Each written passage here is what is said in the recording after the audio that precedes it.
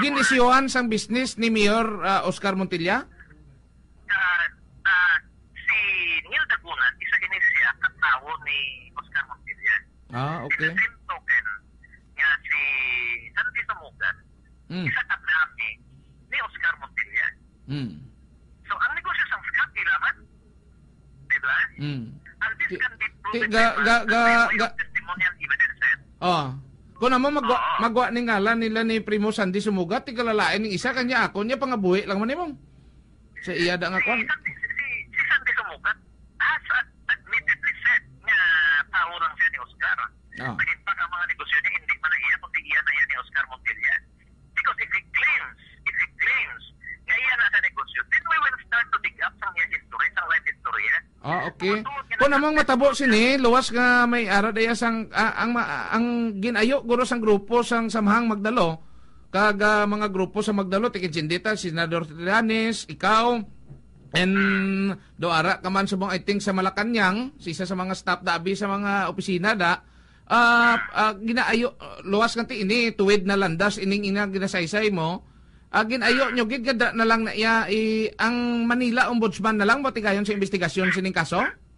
Yes, nagkayok kita personally by way of a letter nga ang investigation should be conducted here in Manila in order to establish a precedence nga ang office ni Conchita Carpio Morales is really serious in weeding out these corrupt public officials. Tingnan kung sipo naton nga aton ginisulong ang tuwid na landas at pagkatapos wala man kita nagagiho, wala man sa may magpapriso, wala man sang masampulan. Wala man sang makasuhan, wala man sang magsabat sa mga kapaltahan sa pangdumalahan. Useless. Ang tigado, mapigado na kita niya, ang garano na pati anyway, di man saya mapinahan. Sabi na sa sugat ng ipalay, kabaluman pa ang asawa ni Mayor Iya, openly hambal na yung pakamangon yung si Palaynon mo. Amo na yung hambal mo, pakamangon yung si Palaynon, patay gutom ang si Palaynon, amo na hambal niya, naghambal pa siya, niya iyaya ang si Patay. Iya na iya ang si Patay. Tingala ko na nga babae nga ginislan niya panangalan niya, wana man lang galingalan niya siya. Hindi galit Jin. Kita na Jobe, yung asawa, sumbagon mo iya ang isa ka city councilor sa tubangan sa Gimubana, yung mayor, ang bana nga mayor, iya mahimo sa tawa yan, nagululuhan lang yung sinumbag niya city councilor. Galit na tabo na sa Sipalay? Nagtestigos ako na iyan. Nakita ko na iya personal. Sino nga councilor? Si Jonathan Iran.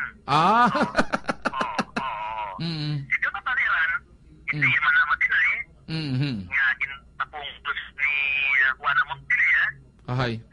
Pagkatapos, inaboy siya sa Ice Cubes. Inaboy man si Mayor Montilla. Boporte, no? Under this present state of affair, kung hindi siya nga sa mga persona, maka-afford maghimo sila sa mga tao nga close sa ila, much more hindi mga ordinaryo nga tao. Correct. Like for example, ina si Rick Rigas nga tao nila nga masaligan nila. Ligin palin niya, kahit tinampo yung kay panaw niya, may kasaypanan. May isa pag hindi ka sang napalapit sa ako nagligad tong ambutan no tong ilakwan to sa jamon to nga may pension house data siguro gin pato-patuan do 40 pesos to 20 pesos nga qualified tip nalagyo di sa Bacolod babae man to. Personally testigos kita na di man madamo kita nakita sina nga ahaw sa 20 pesos ahaw sa ahos. Kailan mo gid ang qualified tip. Ahaw sa wala lang kabugno sa imong aday mayong aga. Akigan gid nimo buyayawon gid nimo. Mga sila ka tao ang gintampuyong tungod gid ang nagustuhan ng itsura. At pagkatapos ang violation nila sa tawag din sa pag sa labor practice nila sa ilang mga negosyo tama na hayagan kung may diferensya na mo yan may dosan ka 50 pesos may dosan ka 100 pesos arbitrary kayo ang pangdumalahan nila. Anyway, basi may mga ma-interview pa man sa imo. And ining aton sa bugin istoryahan hindi pa ning kontenido sang Pandora box kundi kung sa kwan pa medyo tipsing pa lang bala sang ice ang aton yang nakwa o kung ginadiscuss subong sa aton tagpalamati. Imo parting shot sa aton tagpalamati, labi na gid ko nagapamati ang syudadano sang Sipalay, Mr. Rodolfo de Vinagracia. Sa imo mga tagpalamati, Apian Jeffrey, madamo gid salamat no sa paghatag mo sining panahon sa aton. Inisya ang syudad ng Sipalay nga mga akusasyon padugod lamang ini sa madamok pa nga mga kaso nga aton pag-iwatot, aton pag-iputon, hindi lamang sa syudad ng Sipalay kundi sa mga local government unit. Kaya mo digit may chapter ng samahang magdalo. Nag-loyag ko ipabalo sa imo nga nag-kita o nag-pangayon kita sa Ombudsman nga isubject ini sila sa preventive suspension pending investigation kung mga nagibalo naman kita nga ang poder sining mga tao masyadong nakukag sa basbog. So hindi kita gusto nga mamuntingan ang mag-investigar sila sa mga akusasyon sa ila.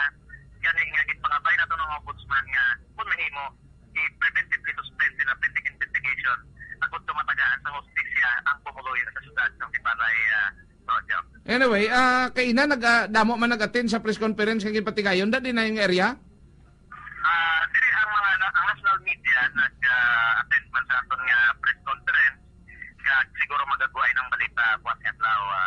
O kon karon sa gabi sa mga programa sa telebisyon nga makitaan man diri sa kaprobinsyanan. Thank you gid Mr. Rodolfo de Vinagracia kag good luck iti iniya kausan nga ginapakigaway man subong sa sining administrasyon ni Presidente Pinoy. Mr. de Vinagracia. Yes, thank you very much. Kauntan sang kamatuoran. Anyway, mga kabiyanan, nabatian nyo si Mr. de Vinagracia, isa ka whistleblower dito sa Metro Manila, kay nasang aga may ginpatigayon nga press conference kag formal na nga nagfile sang 3 ka kaso against sa LGU sa siyudad sang Sipalay. Mga kabiyanan, I think may indog sabat man na si Mayor Montilla kag upod dya sini sa mga ginraise subong nga isyo ni Mr. de Vinagracia. Galing kiti si Mr. de Vinagracia ni mga kabiyanan pag insindi ko ni sa una, do knowledgeable gini siya kay nakaobra man ini siya dira mismo sa Panimalay kag sa radyo natin ni Mayor Montilla. Kauntan sang kamatuoran. Manamo ni sa unang kilala ko nga taga San Jose nga ginpailan kaso si Iloilo 12 ka label. Kaluyan sa mahal nga Dios do bisan isa do way gida.